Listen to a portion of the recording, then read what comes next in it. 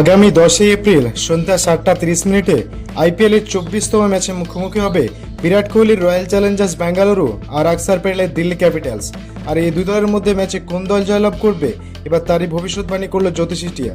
প্রিয় দর্শক, 22 মার্চ মাঠে গড়িয়েছে আইপিএলের এবারের 18তম আসর। আর এবারের আসরের প্রত্যেকটা দল শক্তিশালীভাবে নিজেদের দল গঠন করে শিরোপা জয়ের লক্ষ্যে মাঠে নামছে। আইপিএলের 24তম ম্যাচে মাঠে নামছে দিল্লি ক্যাপিটালস এবং রয়্যাল চ্যালেঞ্জার্স বেঙ্গালুরু। যেহেতু বলা যাচ্ছে এই দুই দলের মধ্যে একটি হাড্ডাহাড্ডি লড়াই হবে, কেউ কাউকে ছাড় দিয়ে কথা বলবে না।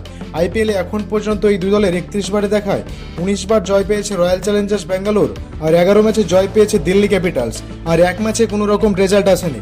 যদিও এই দিন মাঠে যে ভালো খেলবে তারই ম্যাচ জেতার সম্ভাবনা বেশি, কিন্তু বর্তমানে শক্তিমত্তার দিক দিয়ে এই দুই দলের মধ্যে কোনো দলই কম শক্তিশালী নয়। আর এবার এই দুই দলের লড়াই কোন দল জিতবে জানিয়ে দিল জ্যোতিষীটিয়া। প্রিয় দর্শক, জেনে রাখা ভালো, এই জ্যোতিষীটি এর আগের আসরে যতগুলো ম্যাচে ভবিষ্যৎবাণী করেছে তার প্রায় সবকটি সঠিক হয়েছে।